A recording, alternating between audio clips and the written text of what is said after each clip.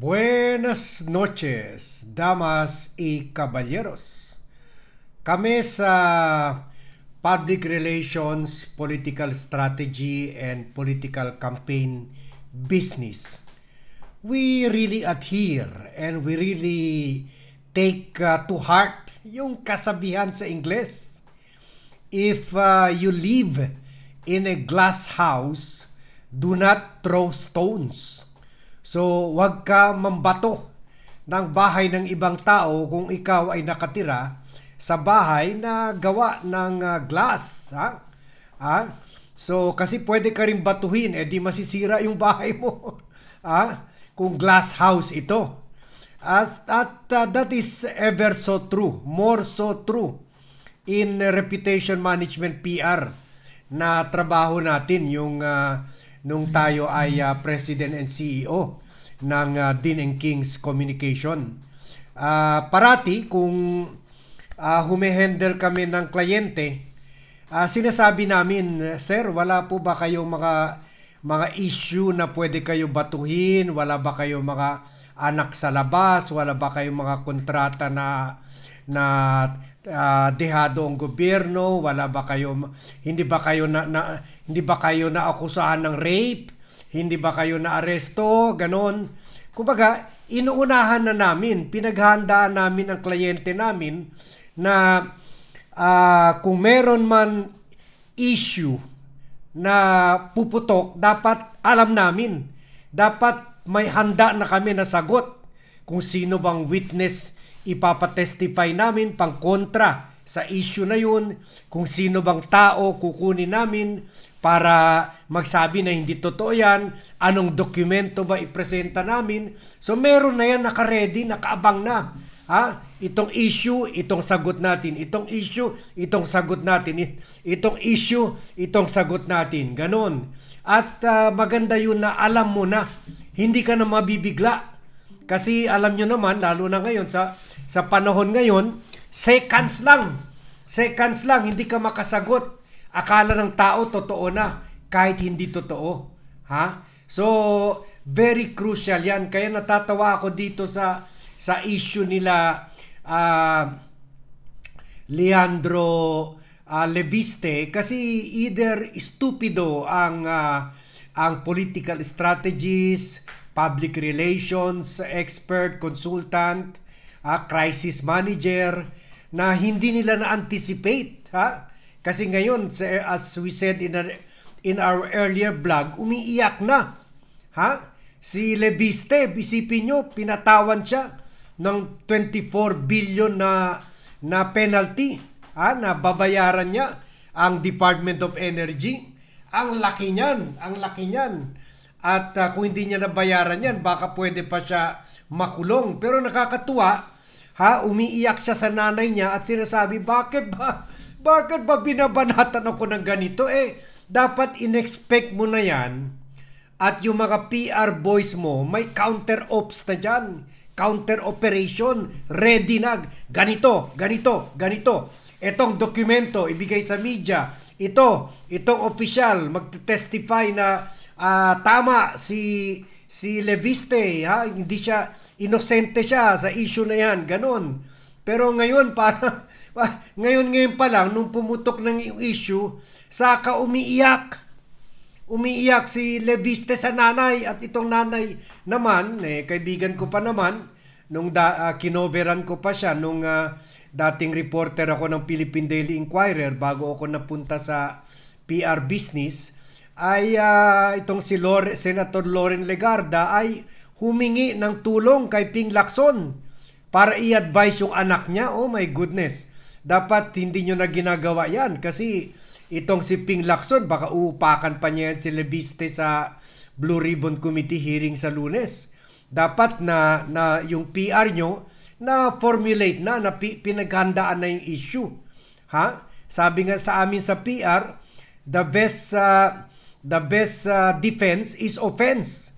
For example, si Boying Remulla una bumanat nito. Dapat may sagot na kayo kaagad kay Boying Remulla. Dapat dinidemolish nyo na rin si Boying Remulla. Dapat O bigyan ko kayo ng tip. Hinahalungkat nyo na yung 1 million kaso ng anak niya na pinalagpas niya, pinaklear niya yung anak niya. So dapat marami na kayong issue kay hindi naman santo si Boying Remulla eh. Mula pa sa Kongreso, may link rin yan sa mga Duterte. Naging Duterte boy rin yan. Naalala nyo, siya yun na isa sa mga leading lights, nagpapasa ng anti-terrorism law for the Duterte administration. Pero wala eh. Wala sila pang kontra. Walang kumukontra, walang ops, walang counter-ops. So kaya maraming sinasabi na imploding daw. Kumbaga, nagse-self-destruct. Nagse-self-destruct itong si Leandro Leviste. Ang masasabi ko dyan, hindi lang siya nagse-self-destruct ngayon. Noon pa man, nag-self-destruct na siya.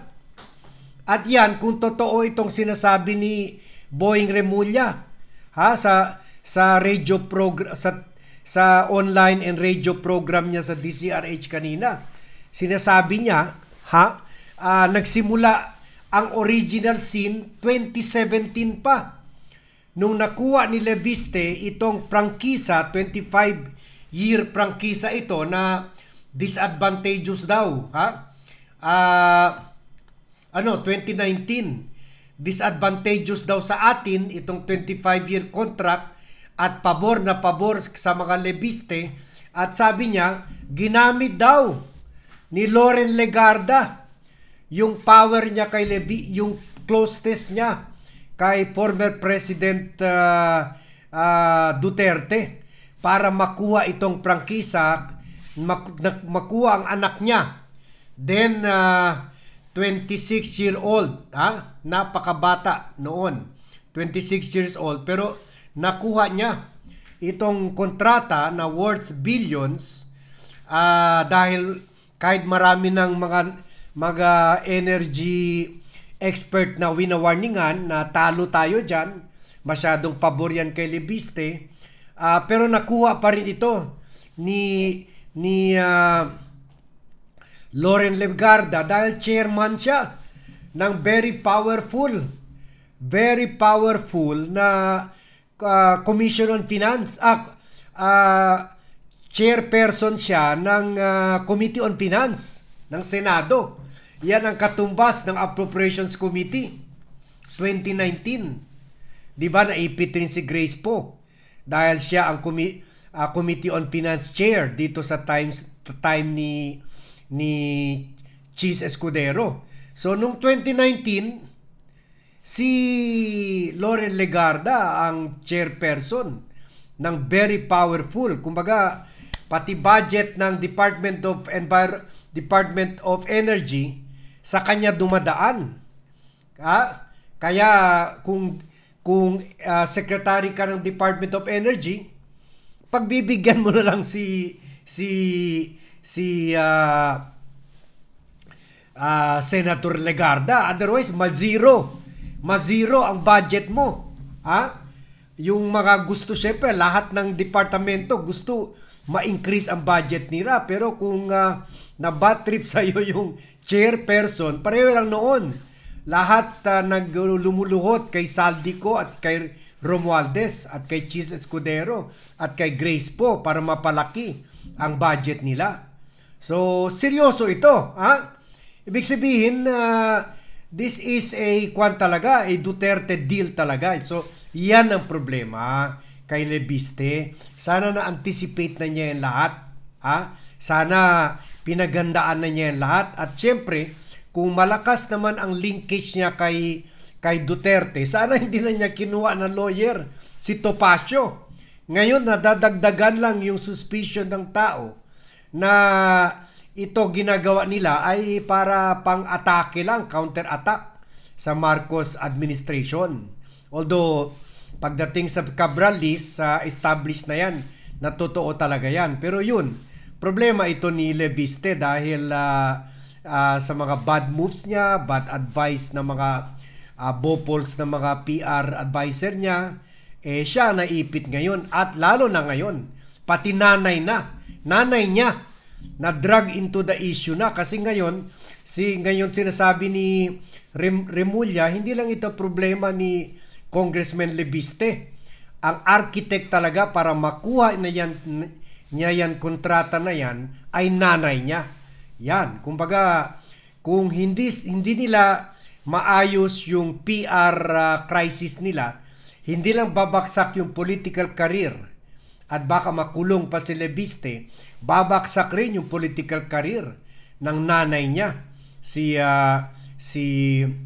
Senator Legarda.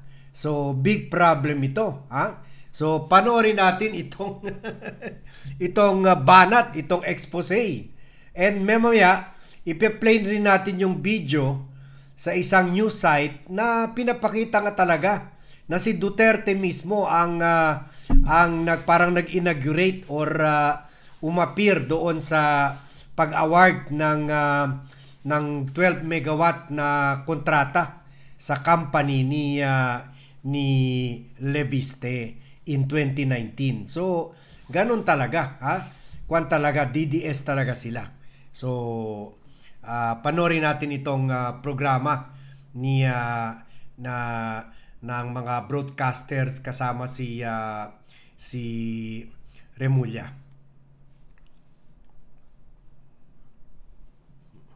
Dali. Dali, na-off ko pala yung kwan kanina. Yung Bluetooth. Sandali, ha?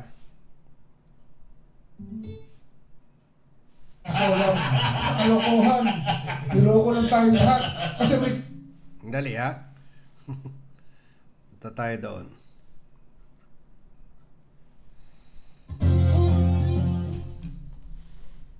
Ang number one na problema palagi ng investor sa Pilipinas as compared with the other countries in ASEAN, power.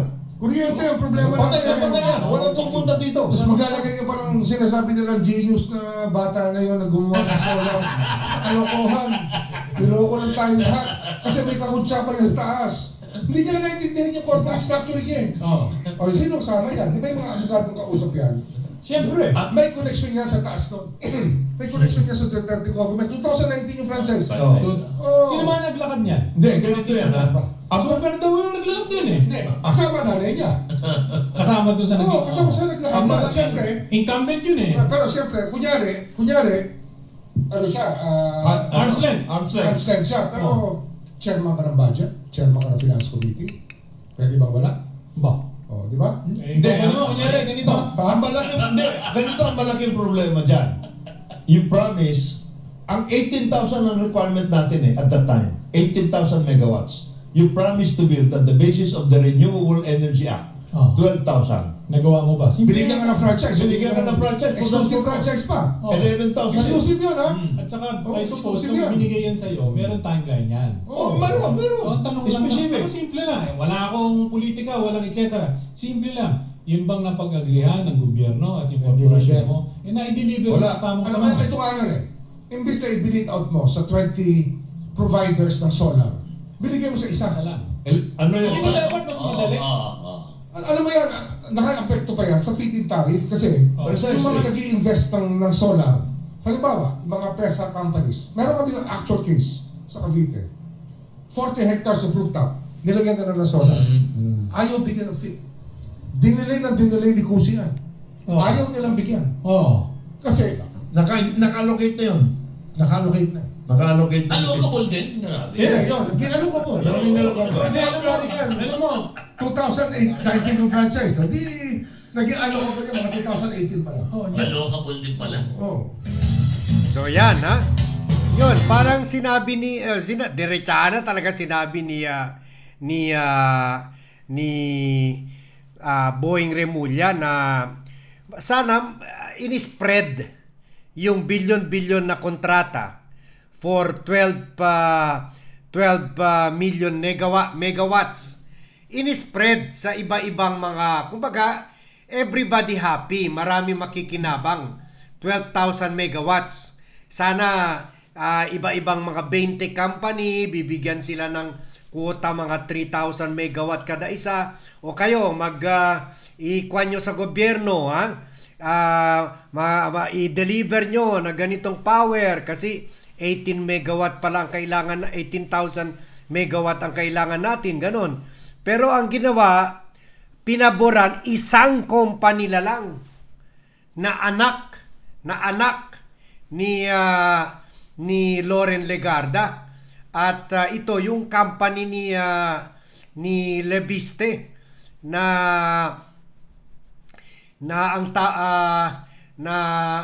yung Solar para sa Bayan Corporation, SPBC, SPBC. At grinant siya ng Kongreso at ng DOE ng 25-year Renewable Energy Distribution Franchise. At ipinasa itong batas kahit marami nag-oppose ng mga sa power sector na sinasabi pabor na pabor ito, at bakit iisang kumpanya lang? Tingnan nyo ngayon, hindi na deliver. Sinong kawawa? Tayo mga consumer. Sana kung mga 10, sabihin natin 10 kumpanya, so everybody happy, ha? 10 kumpanya magpo-provide ng 3,000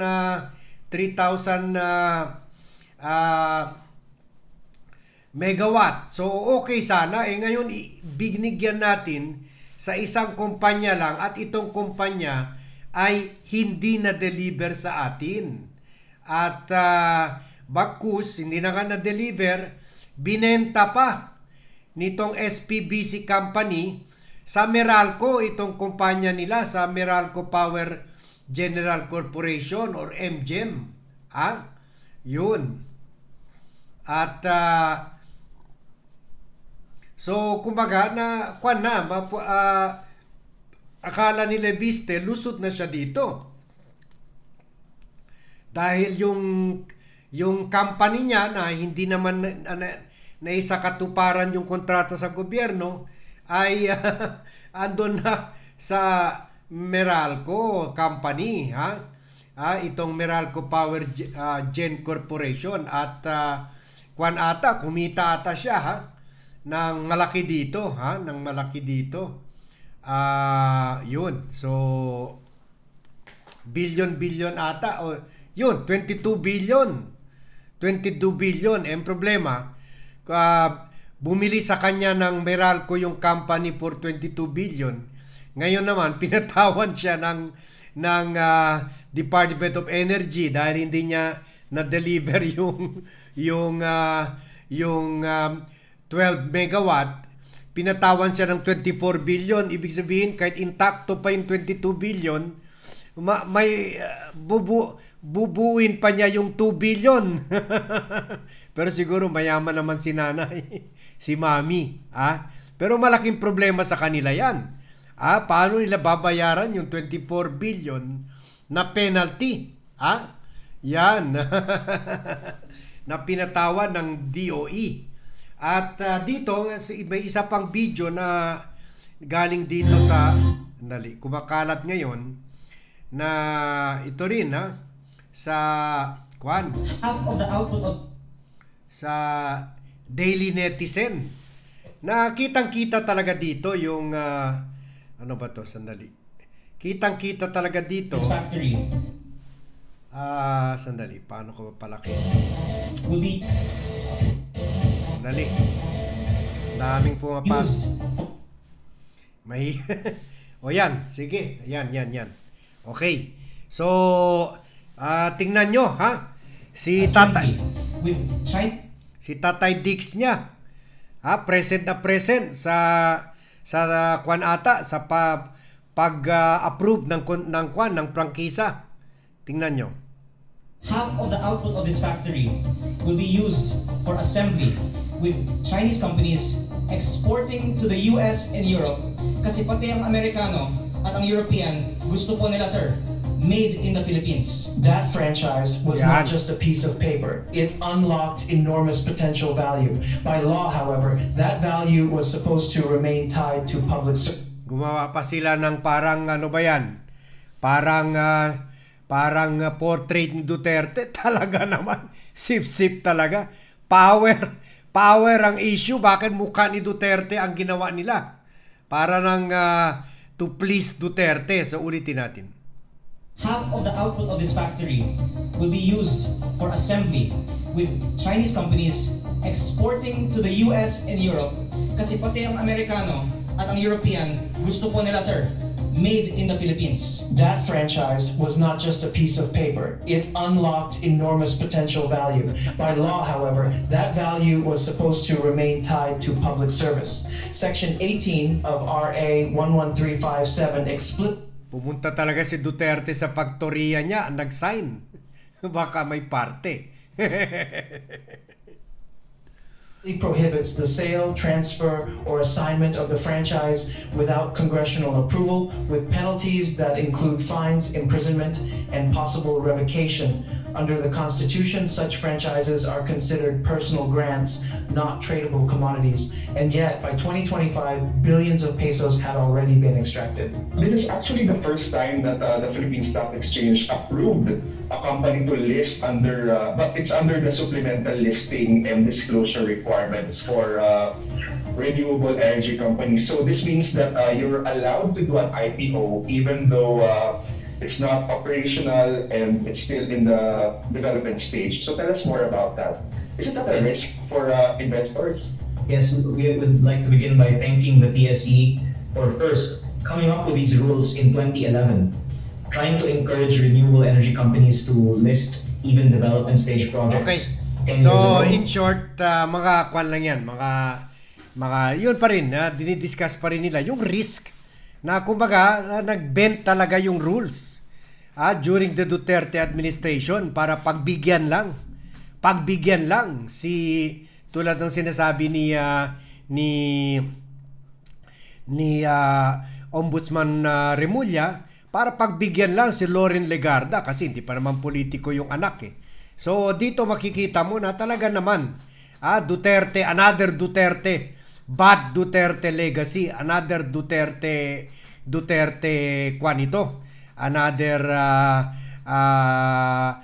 irregularity na pwede natin sabihin during the Duterte administration na napunta na naman ngayon sa Marcos administration.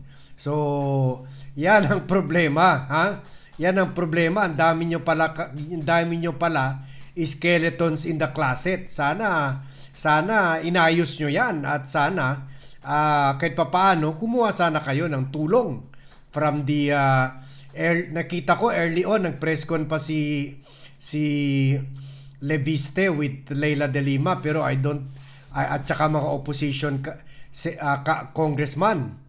Pero ngayon na gusto rin suriin yan Cabral files, pero ngayon sa tingin ko sa problema niya na ito at yung na-establish niya na yung link niya through his mother, si Loren Legarda, sa mga Duterte, I don't think whether bibigyan pa siya ng tiwala ng oposisyon. So yan, mahirap talaga yun.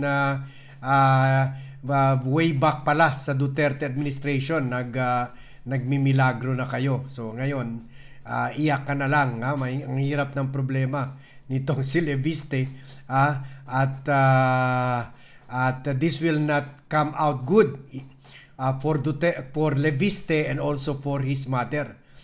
Kasi ngayon tinatarget na in the past, ang binabanata lang ni Remulla ay si Leviste. Ngayon, pati ang nanay na niya. So, yan. Mag-iyakan blues na kayo. Mag-ina dyan. So, we will be keeping watch on this issue.